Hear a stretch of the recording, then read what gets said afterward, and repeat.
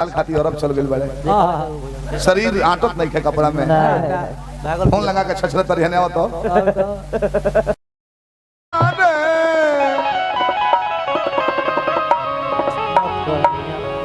जमाई ले तरी जाए कि देखनी हार के हवस हो जाता है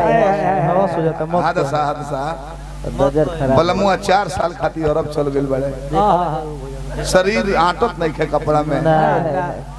फोन लगा के छछले तरिया ने आवत शरीर भागल फिरता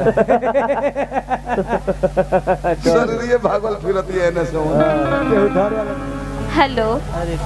ए राजा जी बोलो लक्ष्मी आवाज जाता जी। अरे तू चाह ना जाओ आवाज जाता पूरा बढ़िया से जाता हुआ देखी ना यहाँ बड़ी कुआ पड़ता। तारा के यहाँ कुआ पड़ता हमनी के बॉम्बे में चूहा लेने खतन लोग घर में रहना कुआ गिरता की चूहा कने भागल बा लोग तो नहीं घरों में अन्हार भइल रहा। ए राजा जी पहले हमरा से एगो बात बताई कि रउआ के जब घरे ना रह के रहे तो हमरा से शादी क के रउआ हमरा के घर में अकेला छोड़ के। अरे चुप रहो बियाह बाबूजी खातिर कोई नहीं हम बाबूजी अपना खातिर ना हमार उम्र कौन रहे बियाह करे के बाबूजी के खाना बनावे में दिक्कत हो के घरे नारी समाज के हो रहे ना माताजी गुजर गई रहली बाबूजी के भोजन में बनावे में दिक्कत हो रही हम बाबूजी खातिर बियाह कोई नहीं सेवा कर उनकर ना राजा जी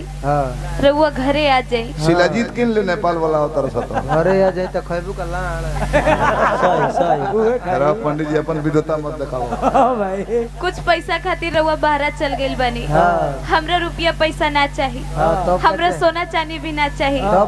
रउआ हमरा आँखी के सोझा रहे अच्छा हमार कुल सिंगार पूरा बाई राजा जी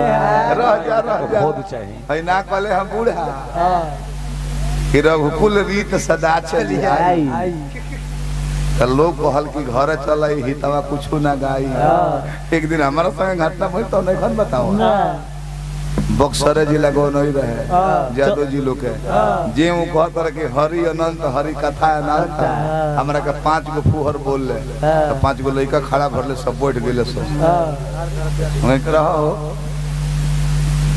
फिर ही कहता रहे कि हरि अनंत हरि कथा अनंत तो वो कहता रहे कि घर मत चलो बैठ सही सही सही जानला बुढ़ा भैया याद बाकी ना सुन लो को टोपी पहन लगलो हरि अनंत हरि कथा अनंत होई जाए दादा तुलसीदास के हित बड़ा सा 5-10 जत खड़ा भरले सो चौसा के बात याद करो चौसा के बात याद करो बोलो ए राजा जी बोलो रउआ दुआरी पर पत्ता झारे रह जाए गौरी कहला रहेलो जीव बिनु देह नदी बिनु बारी रोपा सा बबुआ देखला कैसन कैसन लोग कहता जायदा छोड़ा विद्वता के बात छोड़ा ई दूसरा पे का कहलू हो हमरो हम त का होई रउआ दुआरी पर पत्ता झारे हमरा लगी रउआ रुपया पैसा झारतानी हमरा के एगो रसरी बांध दे हमरा के लगी कि हम सोना के सिकड़ी पहले बनिए राजा जी हां सही करी रउआ पतई बाहर जाई के रुपया बाहर तानी रसरी बांध रही कि सिकड़ी पहनले बानी लाड़े खड़ा कर बहुत सुंदर तारो अनुमान बढ़िया बा ए राजा जी अच्छा बोल रउआ हमरा से कहले रहनी कि हम नया साल में आएम तबो ना आईनी ओकरा बाद कहनी कि हम होली में आएम तबो ना आईनी ओकरा बाद चैत बीत गइल और वेट करत अरे चूत में तो इंतजार कइले हो देखो फागुन में ना जो होले होई अगे चूत ऐसा महीना के चैत में केहू जो है लागेला ओ घरे उठानो चला जाला ए राजा जी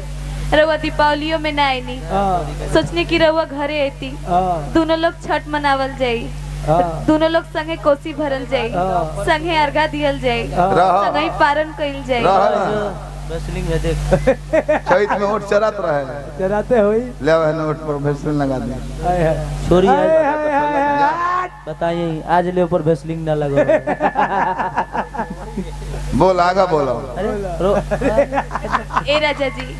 राउर वेट कर छठ बीत गई अब साल भी बीते वाला बा अब आइल बा जाड़ के मौसम में राजा जी हमार पूरा साल तो बीत गई लेकिन इस 4 महीना के ठंडी हमरे से ना बीती है राजा जी ए मौली तोहरो मेरा कहले कि हम साले साले जो ही ले साले साले अरे वह कहाँ मानी हम साले साले जो हिल रहा के अरे भाई आवत